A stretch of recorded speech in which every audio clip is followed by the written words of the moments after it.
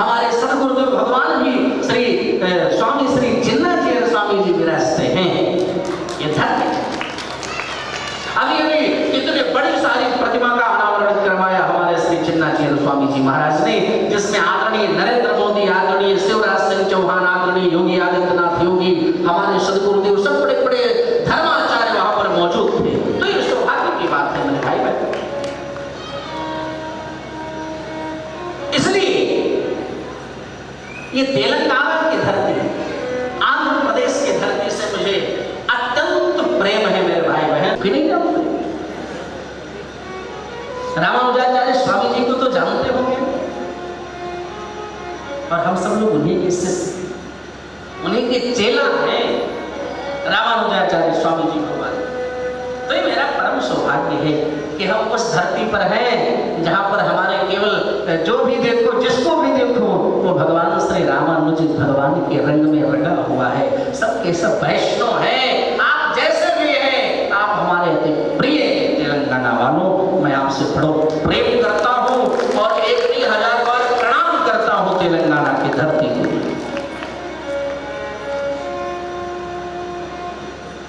कहने का प्रयोजन ये, कैसे भी रहो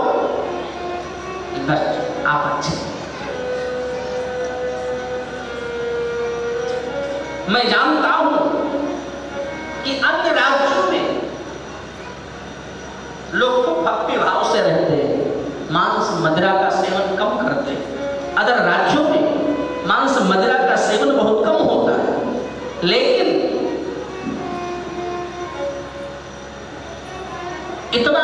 इतनी एक्टिविटी भी नहीं रहती लोगों के पास कि जितनी साउथ इंडिया में।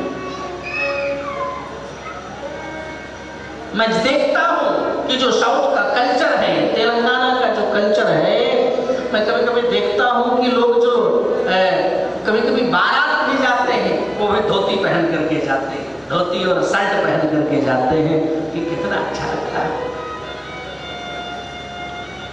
मैं तो लोगों से कहता हूं, साउथ के अलंकारों को, पहनावों को फॉलो करो, आनंद आ जाएगा मेरे भाई। और बाकी विशेषता, अगर धर्म कर्म की बात किया जाए तो विशेष भगवान के प्रिय जो होते हैं, नजदीक होते हैं। नहीं, कोई कहा जाता है मुख्यमंत्री ये प्रधानमंत्री जी के बड़े करीबी हैं, लोग कहते नहीं कहते कि ये प्रधानमंत्री जी के बड़े करीबी हैं। तो ऐसे भगवान के जो करीबी लोग हैं, वो तो हमारा राजस्थान है, हमारा राजस्थान है।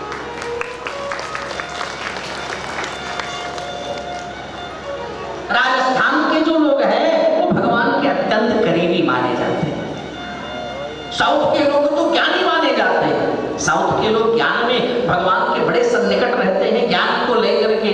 लेकिन राजस्थान के लोग जो जितने भी होते हैं, चाहे वो हमारा माहेश्वरी समाज हो, चाहे वो हमारा अग्रवाल समाज हो, चाहे वो हमारा सारदा समाज हो, चाहे वो हमारा राजस्थानी परिवार हो, ये सब भगवान के बड़े करीबी हैं।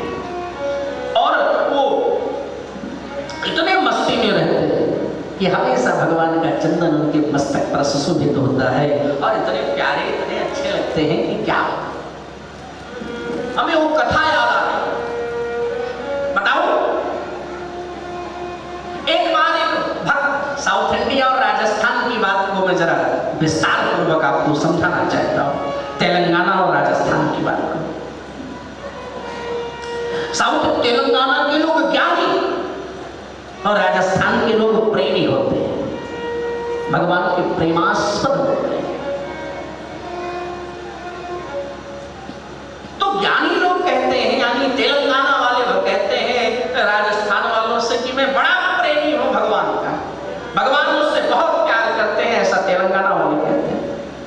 राजस्थान वाले कहते हैं तुमसे ज्यादा प्रेम भगवान हमें करते हैं। तो एक दिन ऐसा हुआ कि बोले हम आपस में क्यों लड़ रहे हैं, चलो चल करके भगवान से ही बात करें कि भगवान किससे ज्यादा प्यार करते हैं। तो जो ज्ञानी लोग थे, यानी तेलंगाना वालों, वो लोग पहुंचे, भगवान मैं बड़ा ज्ञानी हूं, आप हमसे प्रेम करते हैं कि राजस्थान वालों से प्रेम करते हैं। भगवान तुरंत बोल पड़े, भाई देखो इसमें कोई संदेह नहीं है, ये जो तेलंगाना यानी साउथ इंडिया के जो लोग हैं ज्ञानी, ये हमारी आत्मा है। मैं इनसे बड़ा प्रेम करता हूं तेलंगाना वालों से, इसमें संदेह नहीं है, ये हमारी आत्मा है, आत्मा। राजस्थान वाले उदास हो गए, चल पड़े, लौट गए। भगवान बोले क्यों, कहां जा रहे हो राजस्थान वालों?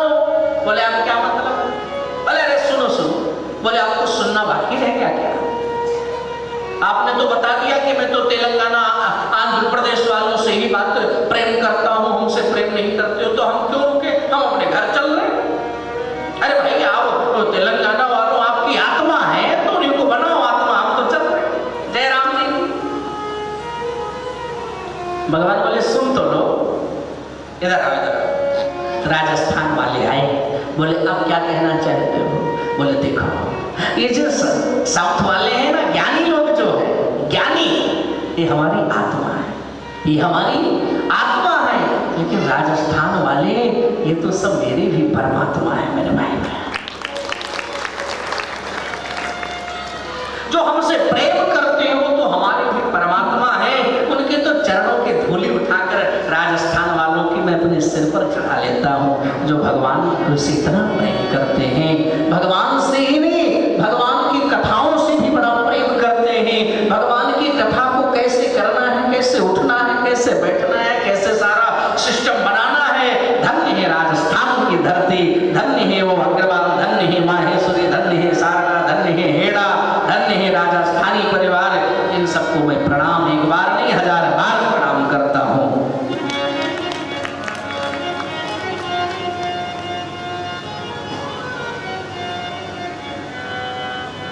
ऐसे हमारे था, तो हमें भी अपने जीवन में प्रेम करना चाहिए। प्रेम से बढ़कर कुछ नहीं है। और प्रेम कब आएगा? जब हमेशा भगवान को याद करते रहो। लेकिन हम लोग तो तभी भगवान को याद करते हैं जब हमारे जीवन में दुख आ जाता है। जब हमारे जीवन में दुख आएगा तभी याद करते हैं। हमारे जीवन में जब दुख आता है तभी हम भगवान को याद करते हैं मेरे भाई, सुख में नहीं याद करते।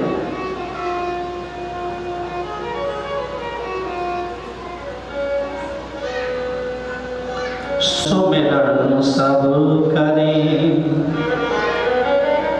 सुख में करे न कोई, जो सुख में सुमिरन करे तो दुख काहे काहू। तो कहने का प्रयोजन यही है मेरे भाई, अगर हम सुख में भी भगवान को याद करें तो व्यक्ति के जीवन में कभी दुख नहीं आएगा। लेकिन हम लोग तभी भगवान को याद करते हैं कब? जब जानते हैं कि अब हमारा कुछ नहीं, तब हम भगवान को याद करते हैं। जब चारों तरफ से निराशा पिशाची हमें घेर लेती है, हमारे जीवन में कुछ बचता नहीं है, उस वक्त हम भगवान को बड़े भाव और श्रद्धा से याद करें। तभी आए परमात्मा की याद सुख में ज्यादा करना चाहिए। अगर आप भगवान को सुख में भी याद करते हो तो दुख आएगा। ये मैं आप सभी से कहता हूं। हमें याद है कि त्रिकूट नाम का एक बहुत बड़ा पर्वत था। क्या नाम था? त्रिकूट। तो त्रिकूट नाम का जो बहुत बड़ा गजेंद्र, और उस हाथी के तकरीबन पत्नी और बच्चे मिलाकर के 150 थे, 150 इतने बच्चे थे। बड़ी मस्ती में रहता था, दुनियादारी से लेना देना नहीं। जब जंगल में निकलता था तो लोगों से हाल चाल करता था, बड़े अहंकार में रहता था, कैसे हो, ठीक हो ना, कोई दिक्कत तो नहीं है? कोई दिक्कत होगी हमें बताना, हम यहाँ पर विराजमान, हम आपके सारे प्रॉब्लम को सॉल्व करें।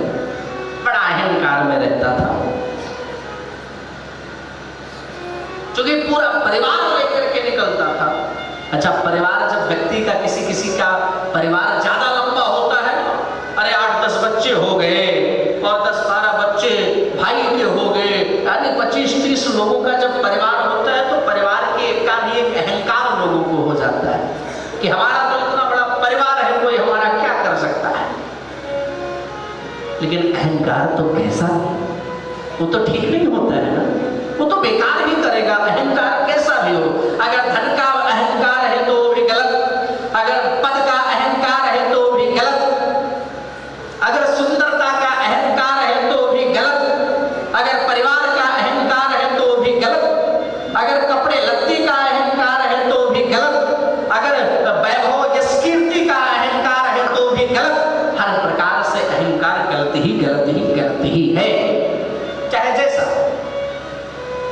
बड़ा अहंकार कि हमारे इतने बच्चे, इतनी पत्नियां आए, हमारा कौन क्या बिगाड़ सकता है। एक दिन भगवान की कृपा से जंगल के भ्रमण को करते अचानक प्यास लग गई गजराज को, गजेंद्र को। तो एक सरोवर था, उसी सरोवर में पानी पीने लगा और पानी पीते पीते गर्मी लग रही थी तो जल क्रीड़ा भी करने लगा। पानी पी करके तो प्यास बुझाई, लेकिन गर्मी से संत्रस्त होकर के जल क्रीड़ा करने लगा। और जब जल क्रीड़ा करने लगा तो उसी सरोवर में एक ग्राह रहता था। ग्राह ने आया, आकर के और गजेंद्र के पैर को पकड़ लिया। गजेंद्र को मालूम है कि किसी ने आकर के हमारे पैर को पकड़ा, लेकिन उसने सोचा कोई छोटा मोटा जानवर होगा, अभी मार देंगे, दूर चला जाए, ऐसा उन्होंने सोचा।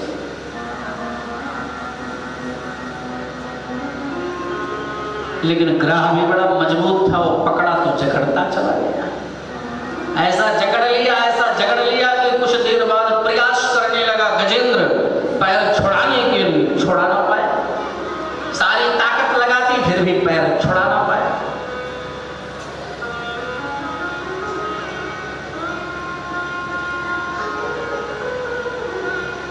पूरी हिम्मत लगाई फिर भी पैर छुड़ा ना पाया। अब क्या करें महाराज? अब तो बड़ा परेशान हो, और जब परेशान हो तो अपने बच्चों को भी आग्रह कर रहे हैं, इधर आओ, हमारा हेल्प करो, हमारा सपोर्ट करो, हमारी मदद करो।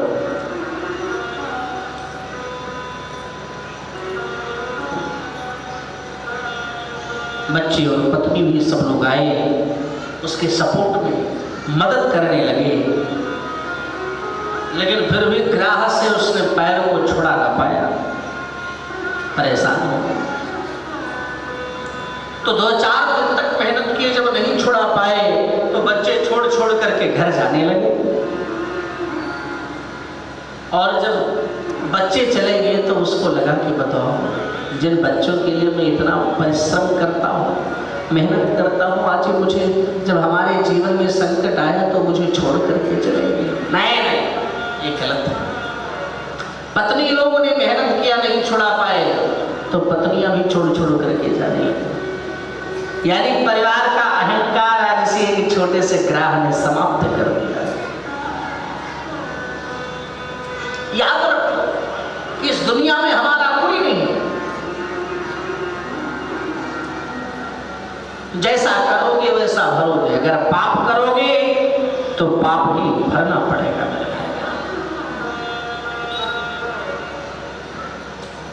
बहुत लोग पाप करके आते हैं, खूब पैसा कमाते हैं और उसी पैसे से अपने परिवार को पालते हैं। तो परिवार वाले तो खाएंगे, पिएंगे, मौज करेंगे, लेकिन उसका जो परिणाम भुगतना पड़ेगा वो तो जो पाप करके पैसा लाया होगा उसी को भुगतना पड़ेगा। इसलिए सावधान, अहंकार बिल्कुल मत करो मेरे भाई बहन। ये मैं आपसे एक बार नहीं, 2 बार नहीं, अभी तो 10-10 बार यही कहूंगा कि अहंकार करना ये सबसे बड़ा गलत है।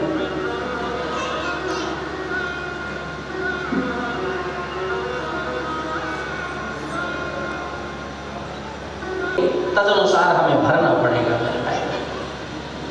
इसलिए हम सावधान रहें कि हमसे किसी भी प्रकार का उसे लेकर के हमें परेशान होना।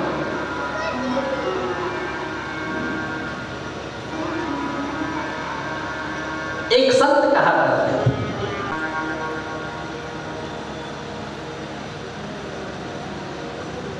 जैसा करो वैसा करो,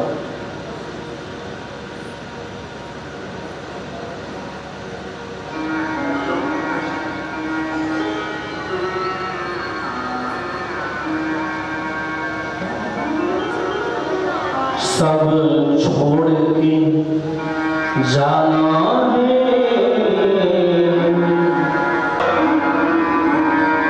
सब छोड़ के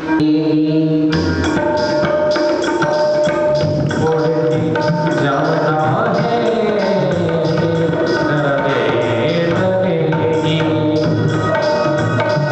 सब छोड़ के जाना है,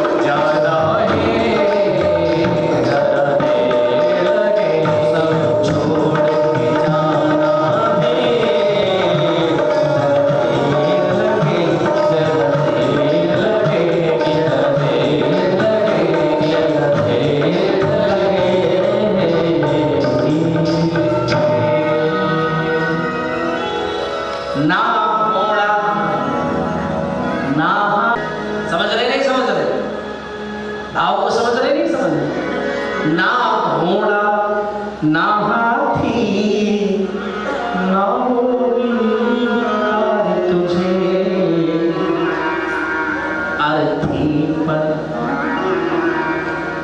अर्थी पर जाना है, जरा देर लगेगी। इसलिए याद रखो जाना हर व्यक्ति को, और जब जाओगे ना तो ऐसा नहीं कि कंजूसी की जितनी संपत्ति इकट्ठा करोगे तो कोई सारा कागजात बना करके हर एक पैसे का और हर एक प्रॉपर्टी का आपके कफन में डाल देगा, क्योंकि कफन में तो जेब ही नहीं होती। ये होती है नहीं होती।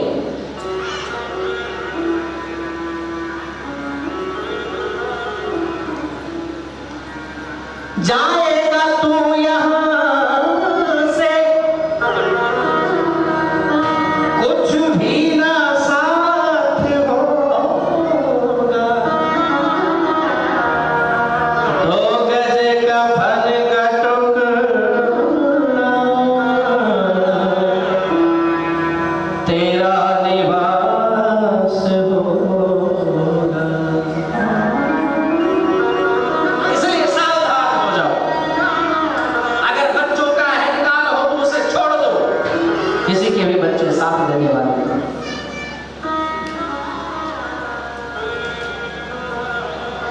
आज उस गजेंद्र को याद आया कि जिनके लिए वो इतना समर्पित था, आज मुझे बीच राह में छोड़ करके चले गए।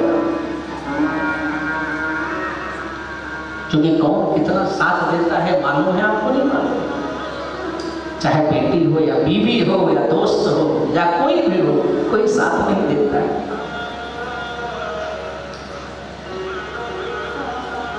एक संत कहा करते थे, क्या कहते थे कि बेटी साथ देती है कन्यादान तक, बेटी साथ देती है कन्यादान तक, दोस्त साथ देता है बस संसार तक।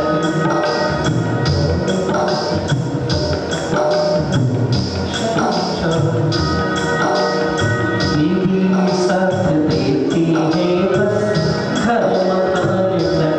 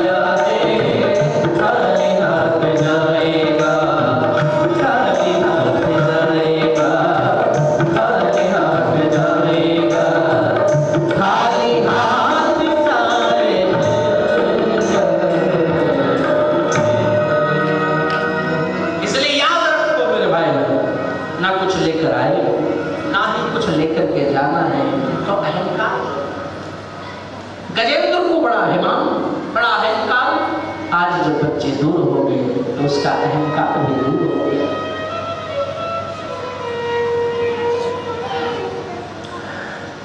जब सब छोड़ करके चले तब याद आया कि दुनिया में सब छोड़ देंगे लेकिन परमात्मा कभी छोड़ता नहीं। और लास्ट मोमेंट में भगवान उसने भगवान को याद किया गजेंद्र, लेकिन नाम नहीं लिया। इतनी मंगलमय स्तुति किया महाराज गजेंद्र ने, बट नाम नहीं लिया कि किसकी मैं स्तुति कर रहा हूं। क्या कहा? एवं व्यवस्थितो बुद्ध्या समाधाय मनोहृदि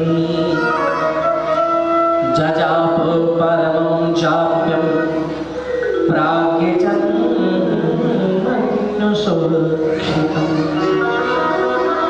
जजाप परमं जाप्यं प्राज्ञजन्मनुसुरक्षितम्। बड़ी मंगलमय स्तुति कर रहा है। कह रहा है सरकार,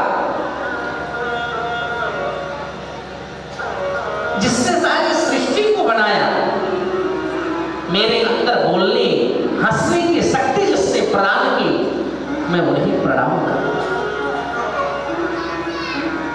वो आकर के हमारी रक्षा करे, जिसकी कृपा के बिना वृक्ष का पत्ता भी नहीं हिलता है, जिसकी इच्छा के बिना देवता भी किसी कार्य को नहीं कर सकते, जिसकी कृपा के बगैर सूर्य चंद्रमा भी प्रकाश नहीं दे सकते, मैं उन्हें प्रणाम करता हूं। वो आकर के मेरी रक्षा करें। मैं उस क्षेत्रज्ञ को प्रणाम करता हूं। क्षेत्र बोलते हैं शरीर, क्षेत्रज्ञ कहते हैं परमात्मा। तो मैं उस क्षेत्रज्ञ को प्रणाम करता हूं जो इंद्रियों का स्वामी है, जो सबका अधीश्वर है,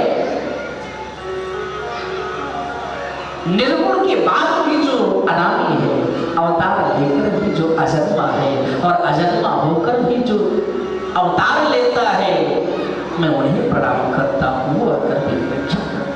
आकाश मंडल में बस देवता देख रहे हैं, बड़े बड़े देवता सब सच धर्म और संग्रह तीनों के जो हेतु है, वो आकर के हमारी सुरक्षा करे। हे प्रभु, वो आकर हमारी सुरक्षा करे।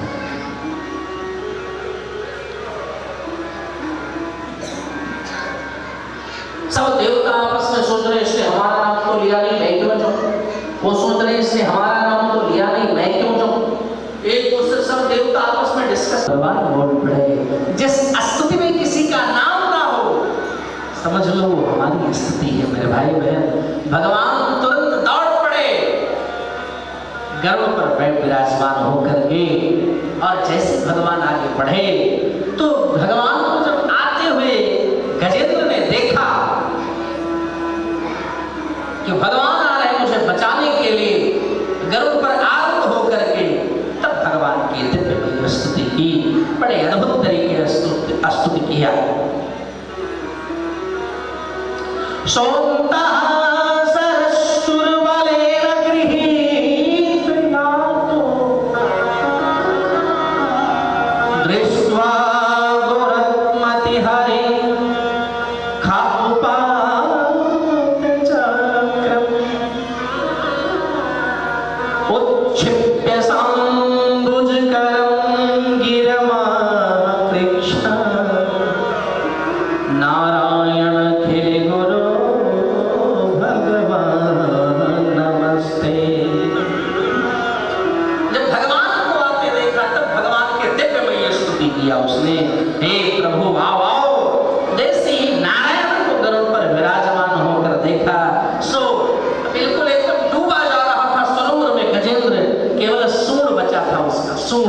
तुरंत अपने सूंड से ही लपेट करके एक कमल को उखाड़ लिया, और उस कमल को उखाड़ करके और कमलाकांत के चरणों में अर्पण कर दिया। हे प्रभु, आओ हमारी सुरक्षा करो, सुनो ये मैंने निर्मल केवल राम।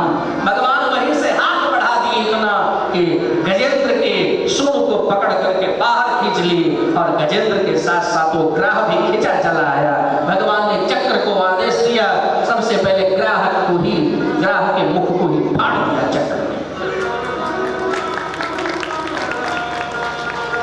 यहां पर बड़ा भारी द्वंद्व खड़ा होता है कि बताओ, पुकारा था गजेंद्र ने और उबारा सबसे पहले भगवान ने किसको? ग्राह को उबारा। अरे भाई, भगवान के हाथों से जिसकी मृत्यु हो, क्या वो समझो उसका तो कल्याण हो गया ना। तो संत लोग कहते हैं यहाँ तो बड़ी भारी विडंबना है। अरे अब हम आवाज लगा रहे, भैया सुनो सुनो सुनो सुनो, और आप हमारी बात ना सुन करके आकर के उसकी बात सुन रहे हो तो गुस्सा लगेगी नहीं लगेगी? तो लोग कहते हैं पुकारा तो गजेंद्र ने था, लेकिन उबारा किसको भगवान ने? बोले सबसे पहले भगवान ने ग्राह को उबारा। किसी ने कहा ऐसा क्यों किया? एक संत बड़ा सुंदर भाव प्रस्तुत कर रहे हैं। क्या कहते हैं कि भगवान कहते हैं कि जो हमारे चरण जिसने पकड़ ली, भगवान के चरण जिसने पकड़ लिया उसका तो कल्याण होना ही होना है। भगवान कहते हैं कि जो हमारे भक्त के चरण को पकड़ करके बैठे हैं, अरे हमारे चरण को जिसने पकड़ा उसका तो कल्याण 110% होगा ही होगा। लेकिन जो हमारे भक्तों के चरण को पकड़ कर बैठे हैं, पहले मैं उनका कल्याण करता हूं और उसके बाद इनका तो होता है रहेगा। इसलिए तो आप सबसे मैं कहता हूं, संत तो भगवान के भक्त होते हैं, हाँ या ना? तो अब हम डायरेक्ट भगवान तक नहीं पहुंच सकते, तो माध्यम बनाया है भगवान ने कि आप संतों की शरण में जाओ, संतों की शरण में आप जाओ। और अगर संतों के चरण को पकड़ लिए तो एक बात नोटिस कर लेना, भगवान संत का कल्याण बाद में भी करेंगे, लेकिन पहले संत के पैर को जो पकड़े हुए भक्त हैं, पहले उनका कल्याण करेंगे। और मानो, इसलिए संतों के प्रति श्रद्धा रखो, निष्ठा रखो, प्रेम रखो, कल्याण तभी संभव है। राधे राधे बोलना पड़ेगा।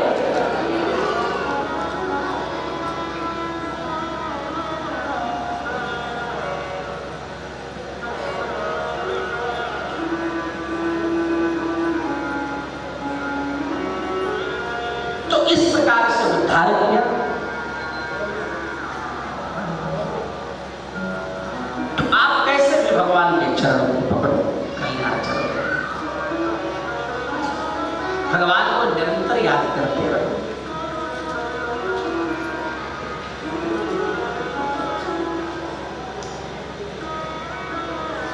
और इसमें आगे भी और कथाएं हैं इस प्रसंग की कि भगवान ने कैसे क्या किया है।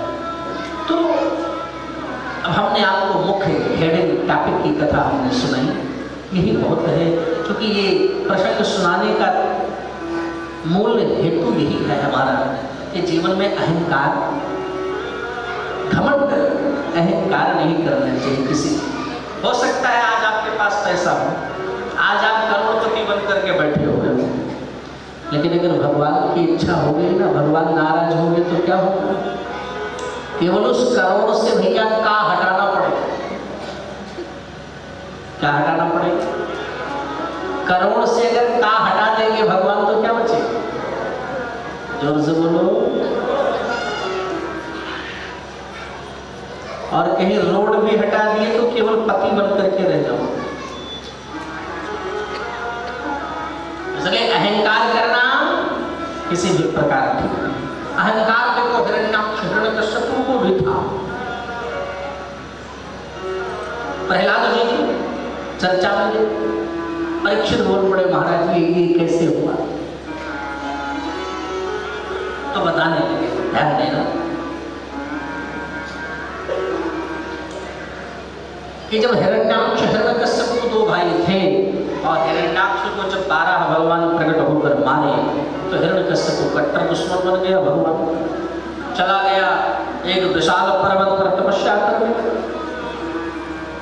और तपस्या करते करते करते करते करते करते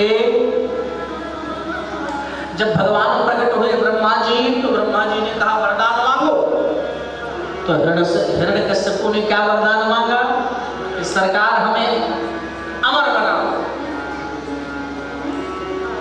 तो ब्रह्मा जी ने कहा तो हमें नहीं, तुम्हें कहां से बना, कुछ और मांगे। तब तो इतना वरदान मांग लिया हिरण्यकश्यप ने। क्या कहा? वरदान नोटिस करना, कितना वरदान मांगा है। कि न ऊपर मरो न नीचे मरो, न दिन में मरो न रात में मरो, न बाहर मरो न भीतर मरो, न अस्त्र से मरो न शस्त्र से मरो, न दिन में मरो न रात में मरो, न मनुष्य से मरो न जानवर से मरो, आपकी बनाई हुई दुनिया में किसी चीज से न मरो। और यही नहीं, लास्ट में तो हद कर दिया, क्या कहा? 12 महीने में किसी महीने में ना मरो।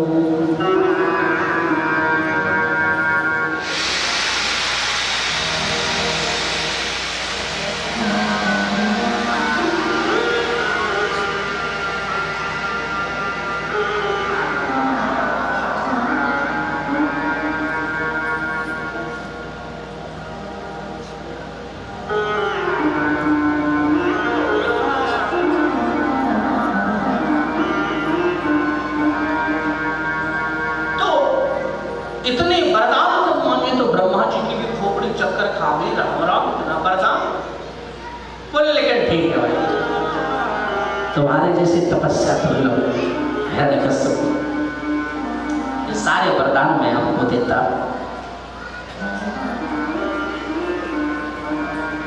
ताते में दुर्लभा यान व्रणी से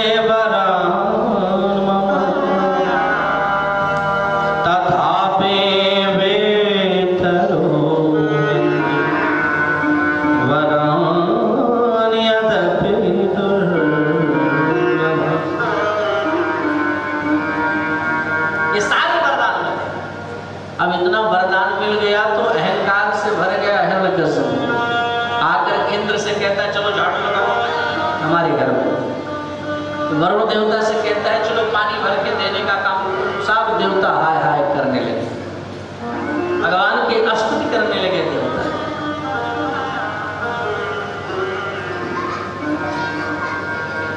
भगवान की स्तुति करने लगे देवता।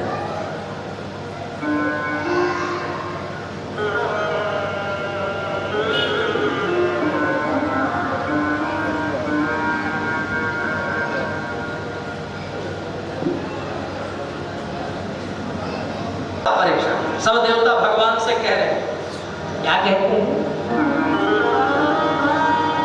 जय जय सुरना जन सुखदायक,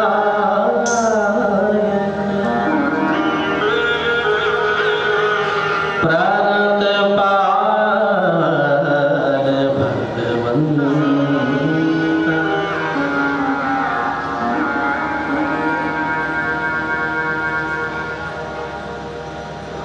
भगवान की स्तुति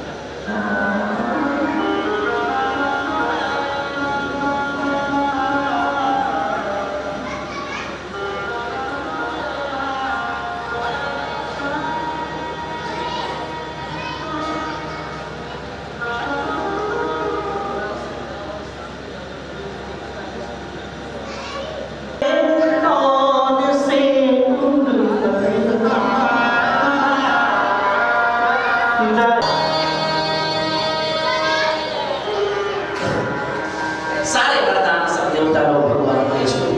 इधर जब आया हिरण्यकश्यप तो हिरण्यकश्यप के 4 बेटे। कितने बेटे? कितने बेटे मालूम है? 4 बेटे हैं। वाह वाह, क्या गजब की मेमोरी आपकी। इसके लिए मैं आपको बधाई देना चाहता हूँ, धन्यवाद। ये मालूम है कि अमिताभ बच्चन के बेटे का नाम अभिषेक बच्चन है, लेकिन ये नहीं मालूम है कि महाराज हिरण्यकश्यप के बेटे का नाम क्या है। मैं प्रणाम करता हूँ ऐसे सनातन धर्म है। ये हमारी यादाश्त है, ये हम हैं कि जो याद करना चाहिए वो हम नहीं याद करते, जो नहीं याद करना चाहिए वो हमें जरूर याद करते। तो मुश्किल से कोई बेटा बता पाएगा। क्यों नहीं बता पाएगा? क्योंकि आपने संस्कार ही ऐसा नहीं किया। आपने वही सिखाया कि ऐसा करो, ये फिल्म देखो, वो देखो,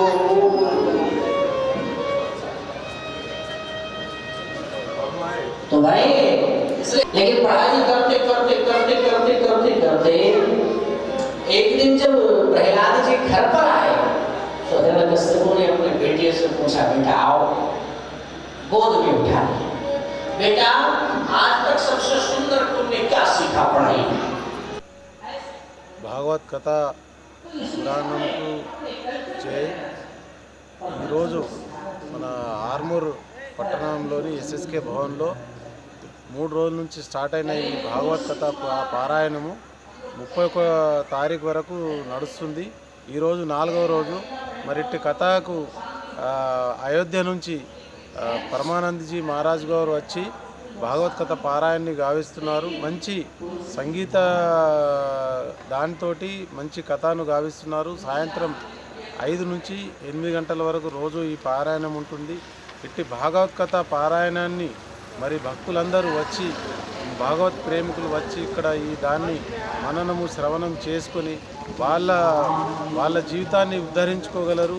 మరి ఇట్టి సంగీతమైన కార్యక్రమాన్ని మహారాజ్ గారు 2వసారి మన ఆర్మూర్ పట్టణంలో వచ్చి చాలా బ్రహ్మాండంగా విన్నులకు ఇంపుగా పారాయణాన్ని గావిస్తున్నారు. ఇట్టి కార్యక్రమాన్ని మరి భగవత్ భక్తులందరూ, పరిసర ప్రాంతాలందరూ తప్పక వచ్చి వాళ్ళు ఇట్టి ఆనందాన్ని, ఇట్టి భగవత్ ఆశీర్వాదాన్ని తప్పక పొందాలని, ఈ పారాయణానికి తప్పకుండా హాజరు కావాలని, మరియు ఇక్కడ ఈ కార్యక్రమాన్ని నిర్వహిస్తున్న మహారాజ్ గారు మరి వారి పరివారం అందరూ చాలా కష్టపడి ఇక్కడ మన ధర్మాన్ని పరిరక్షణ కొరకు ఇక్కడికి వచ్చి చేస్తున్న ఇట్టి కార్యక్రమాల్లో అందరూ పాలు పంచుకోవాలని మరి భాగవత్కర కథా తరఫున మేము తెలియపరుస్తున్నాము.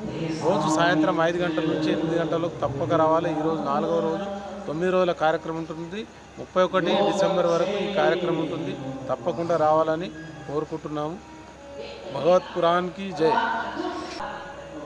ఇట్టి కార్యక్రమానికి మరియు మాకు మీడియా ద్వారా, K6 మీడియా ద్వారా వాళ్ళు వచ్చి మరి రోజు లైవ్ ప్రచారాన్ని ఇస్తున్నారు. ఇట్టి లైవ్ ప్రచారంతో చాలామందికి ఈ కుసున్న దగ్గర కూడా చూస్తున్నారు.